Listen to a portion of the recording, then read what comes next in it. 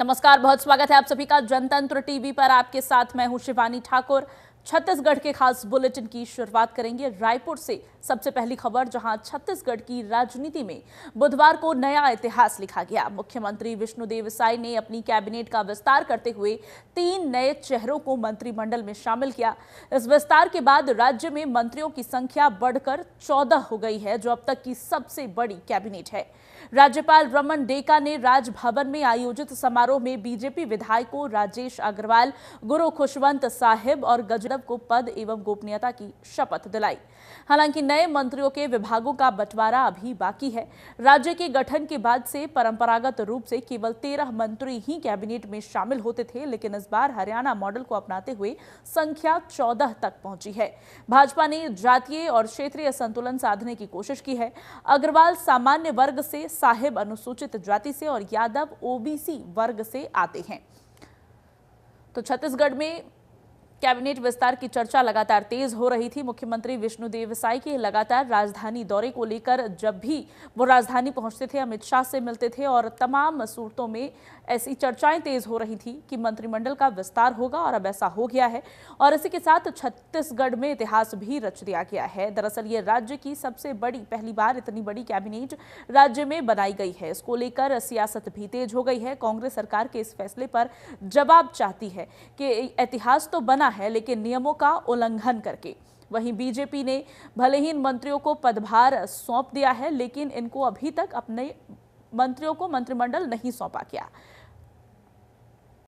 तजीन हमारी सहयोगी पूरी जानकारी के साथ जुड़ गई हैं, उनका रुख करेंगे। तजीन, लगातार काफी समय से छत्तीसगढ़ में मंत्रिमंडल के विस्तार की चर्चा तेज हो रही थी। विभागों का बंटवारा अभी नहीं हुआ है, लेकिन नए मंत्रियों को पद और गोपनीयता की शपथ दिला दी है, और इस पूरे मुद्दे को लेकर प्रदेश में राजनीति भी हो रही है। जी बिल्कुल शिवानी, देखिए आपको बताती कि जिस तरीके से छत्तीसगढ़ में मंत्रिमंडल विस्तार जो है वो काफी समय से रुका हुआ था, और ऐसे में आज फाइनली जो है मंत्रिमंडल का विस्तार हो चुका है। 3 नए चेहरे जो है वो मंत्री के उन्होंने शपथ लिए।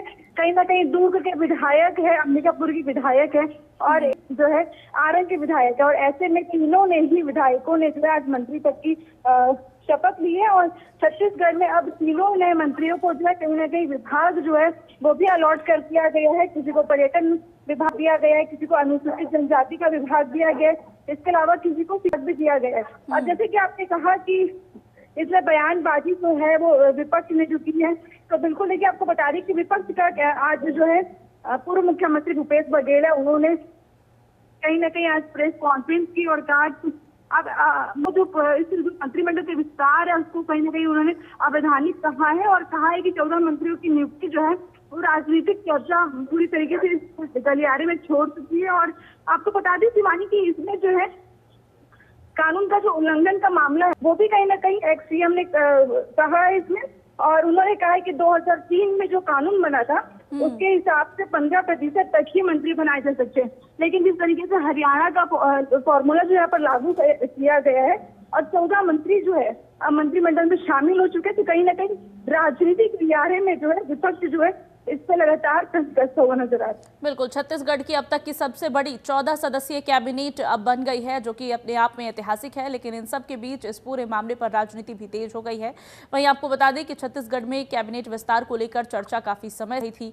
मुख्यमंत्री विष्णुदेव साय के हर दौरे को देखा जा रहा था। तो जीन, आप बने रहे हमारे साथ और जानकारी के लिए आपके पास लौटेंगे। फिलहाल बुलेटिन में आगे बढ़ेंगे।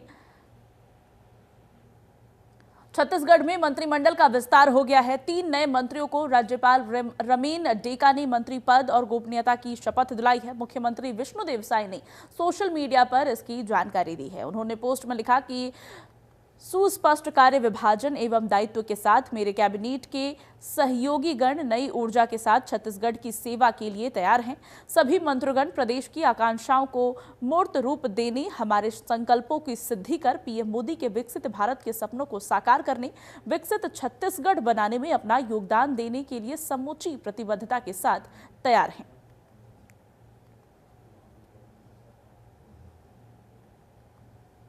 वहीं दंतेवाड़ा से अगली बड़ी खबर, नक्सली संगठन को करारा झटका लगा। बस्तर में चलाए जा रहे लोन वरांटू अभियान के असर से 21 नक्सलियों ने आत्मसमर्पण कर दिया है। इनमें से 13 नक्सली ऐसे हैं जिन पर कुल 25,50,000 रुपए का इनाम घोषित था। ने अपने इलाकों में नक्सली बंद के दौरान सड़क खोदने, पेड़ काटने, बैनर पोस्टर लगाने और प्रचार प्रसार की गतिविधियों में शामिल रहे हैं। अब ये सभी मुख्य धारा से जुड़कर सामान्य जीवन जीना चाहते हैं। दंतेवाड़ा पुलिस का कहना है कि लोन वराटू अभियान के जरिए लगातार नक्सलियों को समाज की मुख्य धारा में लाने की कोशिश की जा रही है और आगे भी ये अभियान जारी रहेगा।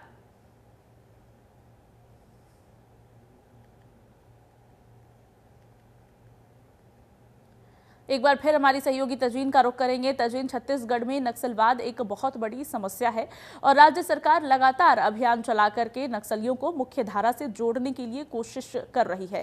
फिलहाल ये खबर दंतेवाड़ा से है, किस तरह से इस अभियान के तहत कामयाबी मिली है?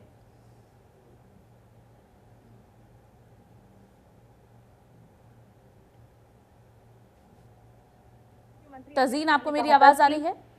हेलो हेलो जी तजीन, लगातार राज्य सरकार एक के बाद एक नए अभियान चलाकर नक्सलियों को जोड़ने की कोशिश कर रही है और इसी कड़ी में दंतेवाड़ा में बड़ी सफलता मिली है। बिल्कुल, देखिए शिवानी, आपको बता दें दंतेवाड़ा में जिस तरीके से ये बड़ी कामयाबी मिली है और नक्सलियों का कहीं ना कहीं बड़ा झटका मिला है। जिस तरीके से हम देख रहे हैं कि केंद्रीय गृह मंत्री अमित शाह ने कहा था कि मार्च 2026 में छत्तीसगढ़ को जो है पूरी तरीके से नक्सल मुक्त बना दिया जाएगा और ऐसे में उसके बाद से ही लगातार जो है हमारी जवानों को बड़ी कामयाबी जो है वो मिलने लगी और लगातार जिस तरीके से ऑपरेशन चलाए जा रहे हैं, तो ऐसे में बिल्कुल कहीं ना कहीं नक्सलियों की गिरफ्तारी, नक्सलियों का आत्मसमर्पण और नक्सलियों से हमारी दैनिक संख्या इन इजाफा हुआ है। और कहीं ना कहीं जिस तरीके से आज 21 नक्सलियों ने सरेंडर किया है, जिन पर 25 लाख रुपए का जो इनाम था वो भी घोषित था। और ऐसे में हमने देखा है कि कुछ समय पहले भी जो है नक्सलियों की बड़ी संख्या में आत्मसमर्पण जो है वो किए जाते हैं। इससे पहले 61 नक्सलियों ने अपना आत्मसमर्पण किया था। और जिस तरीके से पुनर्वास नीति जो है यहाँ की सरकार ने लेकर आई हुई है, चाहे वो राज्य सरकार की अगर हम बात करें तो पुनर्वास नीति के तहत जो भी नक्सली अगर आत्मसमर्पण करता है तो उन्हें मुख्य धारा से जुड़ने के लिए कहीं ना कहीं उन्हें रोजगार दिया जाएगा, उन्हें आर्थिक मदद दी जाएगी और शिक्षा और एक अच्छा जीवन जो है वो दिया जाएगा सरकार की तरफ से। और कई नक्सलियों को जो है पुनर्वास नीति पसंद आ रही है और जिस तरीके से देखा जा रहा है कि हमारे जवान जो है वो लगातार नक्सलियों को हर ठिकाने पर पहुंचकर उनका मनोबल तोड़ते हुए नजर आ रहे हैं। तो ऐसे में नक्सलियों कभी कहीं छत्तीसगढ़ में नक्सलवाद तजीन एक बहुत बड़ा मसला है जिसको लेकर राज्य सरकार के साथ साथ केंद्र सरकार भी लगातार अभियान चला रही है। नक्सलवाद को खत्म करके और नक्सलियों को मुख्य धारा से जोड़ने की कोशिश लगातार राज्य में की जा रही है और इस कड़ी में राज्य सरकार को सफलता मिलती हुई दिखाई दे रही है। बहुत शुक्रिया तजीन आपका हमारे साथ जुड़ने के लिए। चलिए बुलेटिन में आगे बढ़ेंगे। मुख्यमंत्री साय मंत्रिमंडल का विस्तार हो गया है, लेकिन 14 मंत्रियों की नियुक्ति ने राजनीतिक चर्चा छेड़ दी है। दरअसल पूर्व मुख्यमंत्री भूपेश बघेल ने इसे कानून के उल्लंघन का मामला बताया है और सवाल उठाया है कि क्या सरकार को इतनी बड़ी मंत्री परिषद बनाने की अनुमति मिली थी। इसको लेकर भूपेश बघेल ने सीएम साय से जवाब भी मांगा है। पूर्व सीएम भूपेश बघेल ने साय सरकार में 14 मंत्रियों की संख्या पर सवाल उठाते हुए कहा कि 2003 में बने कानून के मुताबिक विधानसभा सदस्यों की संख्या में 15% तक ही मंत्री बन सकते हैं। जब 2018 में कांग्रेस की सरकार बनी थी तो मैंने भारत सरकार को पत्र लिखा था। छत्तीसगढ़ में मंत्रियों की संख्या 15% से बढ़ाकर 20% तक करने की मांग की गई थी। इसके पीछे छत्तीसगढ़ का भौगोलिक रूप से बड़ा होना और विधानसभा परिषद ना होने का तर्क दिया था, लेकिन पत्र का कोई जवाब नहीं आया और ना ही अनुमति मिली। ऐसे में अब सवाल उठ रहा है, साई सरकार को अनुमति कब मिली? बिना अनुमति अगर 14 मंत्री बनाए गए तो ये अवैधानिक है। सरकार को इसका जवाब देना चाहिए। शपथ ग्रहण समारोह के बाद तीनों नए मंत्रियों को विभागीय जिम्मेदारी भी सौंप दी गई। मुख्यमंत्री विष्णुदेव साय ने सोशल मीडिया पर इसकी जानकारी दी, जिसमें सीएम ने लिखा, सुस्पष्ट कार्य विभाजन एवं दायित्व के साथ मेरे कैबिनेट के सहयोगीगण नई ऊर्जा के साथ छत्तीसगढ़ महतारी की सेवा करने के लिए तैयार हैं। पहले तो सरकार ये बताया कि भारत सरकार से अनुमति मिली क्या, क्योंकि मैंने तो बता दिया कि मैंने 28/12 को पत्र लिखा था 2018 में ही। 17 तारीख सरकार बनी थी और उसके तत्काल बाद 28/12 को 10-11 दिन बाद हमने पत्र लिख दिया था प्रधानमंत्री। जब उधर से कोई भी पॉजिटिव साइन नहीं मिला तो हम जनवरी महीने में 17 है उसमें बिल ले आए कि 20% बढ़ाया जाए और उसको बना के भेज भी दिए। तो क्या अनुमति मिली है भारत सरकार को? क्योंकि वो जो सीमा रेखा तय भारतीय जनता पार्टी सरकार के समय हुआ और रमन सिंह उस समय यहाँ मुख्यमंत्री थे, उसमें जो मंत्रिमंडल से अतिरिक्त सदस्य थे उसको बाहर किया गया और आकार को 13 ही रखा गया। तब से ये 13 ही है। तो 14 करने की अनुमति कब मिली? मंत्रिमंडल के विस्तार से जिस प्रकार से सदस्य अनुपस्थित रहे, जो हम लोग बीच में जो विधानसभा में लाभी में जो चर्चा होती है उससे स्पष्ट है कि नाराजगी तो बहुत, लेकिन नाराजगी की परवाह भी नहीं कर रहे हैं केंद्रीय नेतृत्व, क्योंकि उनको मालूम है मुद्दे राहुल गांधी उठा रहे हैं, वोट की चोरी करके सरकार बनाए हैं। मुख्यमंत्री विष्णुदेव साय कल से यानी 21 अगस्त से 31 अगस्त तक विदेश दौरे पर रहेंगे। जापान और दक्षिण कोरिया से छत्तीसगढ़ में औद्योगिक निवेश लाएंगे। पहले जापान और उसके बाद दक्षिण कोरिया में उद्योगपतियों और निवेशकों से मुख्यमंत्री मुलाकात करेंगे। दौरे से छत्तीसगढ़ में निवेश, रोजगार, तकनीकी और उद्योग जगत में इजाफा होगा। वहीं रायपुर में मंत्रिमंडल के नए सदस्यों का शपथ ग्रहण समारोह संपन्न हुआ। राजभवन में राज्यपाल रमेन डेका ने अंबिकापुर विधायक राजेश अग्रवाल, आरंग विधायक गुरु खुशवंत साहिब और दुर्ग विधायक गजेंद्र यादव को मंत्री पद की शपथ दिलाई। सभी के समर्थक और कार्यकर्ता भी इस दौरान मौजूद रहे। शपथ लेने वाले 3 नए मंत्रियों को सीएम साय ने बधाई दी है। क्या कहना चाहेंगे? 3 नए मंत्री मिले हैं, 3 नए और ऊर्जावान और युवा चेहरे को जगह मिली है। सभी को बहुत बधाई। माननीय मुख्यमंत्री जी ने बहुत दूरदर्शिता के साथ में, देखिए मंत्रिमंडल में सभी सब सहयोगी सब एक बराबर हैं और सबके सामूहिक नेतृत्व से सरकार की छवि बनती है। ऊपर मेरे जैसे छोटे कार्यकर्ता के ऊपर हमारे राष्ट्रीय नेतृत्व ने, प्रदेश नेतृत्व ने और हमारे मुखिया आदरणीय विष्णुदेव साय जी ने जो भरोसा किया उसके लिए मैं हृदय से कृतज्ञता व्यक्त करता हूं और जो विश्वास किया है उस पर खरा उतरने की पूरे देश का विकास यही प्राथमिकता। देखिए छत्तीसगढ़ मंडल का विस्तार जो आज फाइनली हो चुका है। काफी समय से जनता को इंतजार था और आपको बता दें कि तीनों ही मंत्रियों ने जो है वो मंत्री पद की शपथ ले ली है और हमारे साथ जो है यहाँ पर समर्थक भी मौजूद है। गजेंद्र यादव जी को मंत्री पद की उन्होंने शपथ ले ली। बहुत उत्साह है। दुर्ग शहर में खुशी की लहर दौड़ पड़ी है। गजेंद्र यादव जी जब से विधायक बने थे दुर्ग शहर में विकास की लहर ला दिए थे, गंगा बहा दिए थे। जब आज अपितु आज छत्तीसगढ़ के मंत्री बनी, पूरे छत्तीसगढ़ में भी विकास की लहर बहेंगे। कैसा लग रहा है? पहली बार अभी यादव समाज कहीं ना कहीं एक देखा जा रहा है, गौरवान्वित महसूस हो रहा है। इसके अलावा छत्तीसगढ़ में कितना विकास होगा?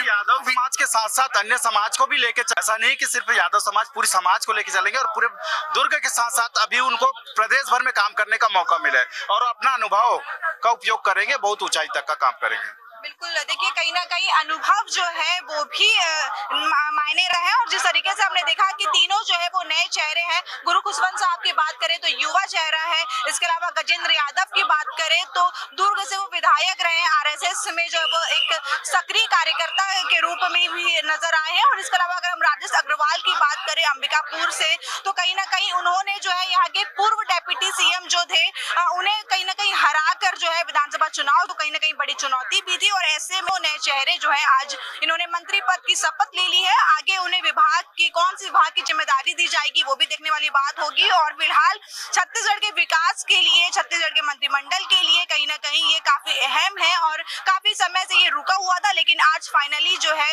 मंत्रिमंडल का विस्तार हो चुका है। कैमरामैन संतोष के साथ तजीना, जनतंत्र टीवी रायपुर।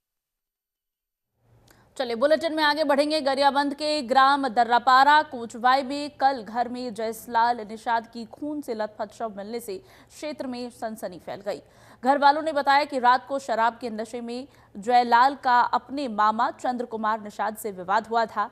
सुबह जयलाल आंगन में मृत अवस्था में पाया गया। पुलिस को मिली सूचना के आधार पर आरोपी मामा को हिरासत में लेकर सघन पूछताछ करने पर उसने अपराध कबूल कर लिया। मामले में पुलिस आगे की कार्रवाई कर रही है। थाना गरियाबंद अंतर्गत दर्रीपारा कोटवाया गांव, वहाँ से प्रार्थी युवराम निसार, क्योंकि वहीं का रहने वाला, थाने में आके सूचना दी थी कि उसका भांजा जयलाल निसार जो दर्रीपारा कोटवाया में रहता है, वो जब उसके यहाँ गया होता सुबह 18 तारीख की सुबह, तो उसकी डेड बॉडी वहाँ पड़ी हुई थी। उसकी सूचना थाने में देने पर से थाने पे मर्ग और सुसंगत धाराओं में अपराध पंजीबद्ध किया गया था। मामले में प्रथम दृष्टया दिख रहा था कि सिर में चोट के निशान थे और शरीर में अन्य जगह कई चोट के निशान थे, तो मामला हत्या का ही लग रहा था। मोहम्मद चंद्र कुमार निषाद को अभिरक्षा में लेकर पूछताछ की गई। उसने बताया कि उसका भांजा मृतक जयलाल निषाद लगातार शराब पीकर उसके साथ मारपीट करता था। साथ ही मृतक अपनी माता और अपनी बहन, जो आरोपी की बहन और भांजी लगती, उसके साथ भी मारपीट करता था। इन सभी प्रताड़नाओं से तंग आकर उसने आरोपी ने अपने भांजे जयलाल निषाद की हत्या की। वहीं सख्ती में शिक्षकों की कमी को लेकर बच्चों ने स्कूल में ताला जड़ दिया और शासन प्रशासन के खिलाफ नारे लगाए। विकासखंड शिक्षा अधिकारी सहित जिले के अधिकारियों को आवेदन सौंप चुके हैं। जिले के पीएम श्री सेजिस विद्यालय माला खौदरौदा का ये पूरा मामला है।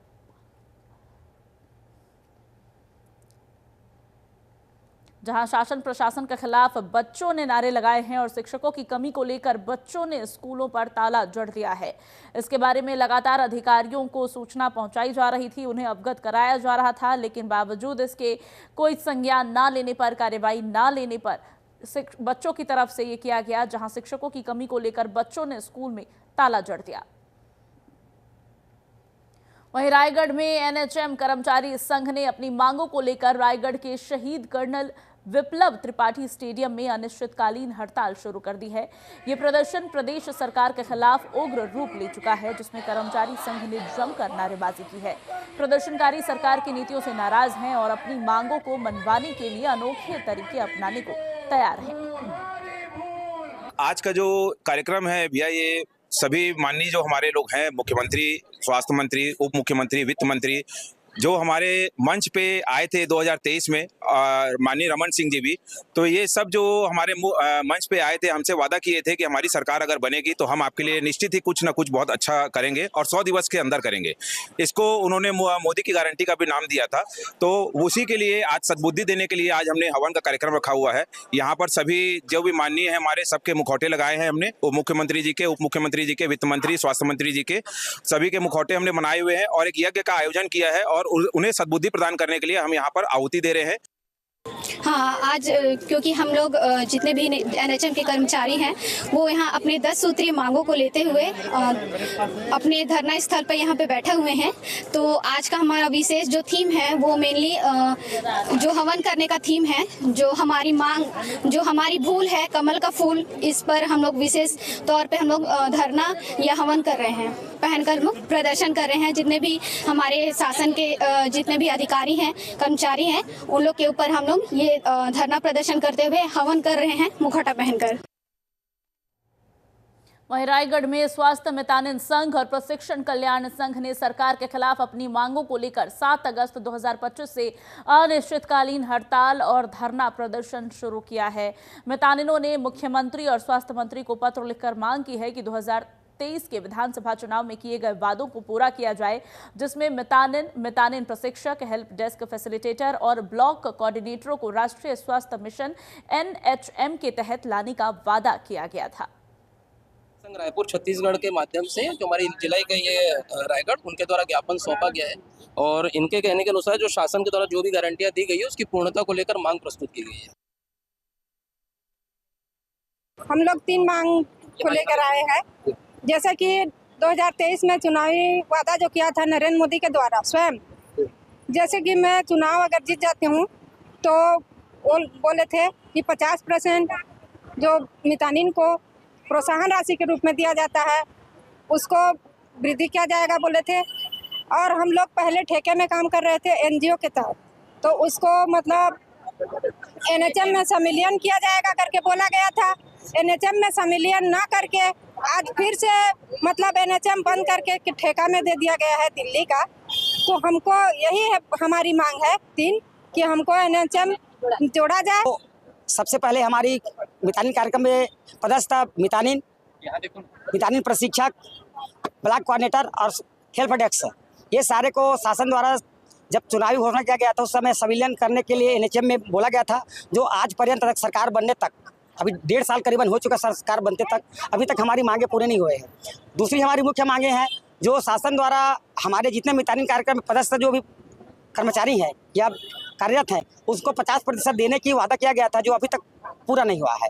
और तीसरी हमारी मुख्य मांगे है कि हम किसी भी प्रकार से ठेका में काम नहीं करेंगे। रायगढ़ में पुलिस अधीक्षक दिव्यांग पटेल के कुशल मार्गदर्शन में तमनार पुलिस ने ट्रेलर लूटपाट की घटना का महज 24 घंटे के भीतर खुलासा करते हुए 7 आरोपियों को गिरफ्तार किया है।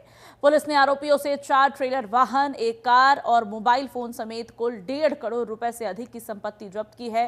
प्रकरण में प्रार्थी संजय पटेल निवासी रायगढ़ ने रिपोर्ट दर्ज कराई थी कि उसने मई 2025 में SBI कोरबा शाखा से ऑक्शन में 4 ट्रेलर वाहन खरीदे थे, जो वर्तमान में सुगोई ट्रांसपोर्ट में परिचालित थे। 18 अगस्त की रात ट्रेलर को अज्ञात बदमाशों ने तमनार क्षेत्र के हुकरा डीपा के पास से लूट लिया और चालक MD जुबैर और अन्य ड्राइवरों के साथ मारपीट कर उनके मोबाइल भी छीन लिए।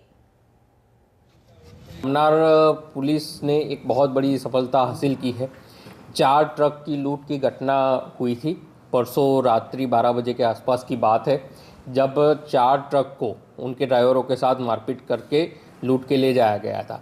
जैसे ही सूचना पुलिस के पास आई, पुलिस तत्काल पतासाजी में जुटी। CCTV वगैरह के आधार पे जो सस्पेक्ट लोग थे उनके फोटो दिखाए गए।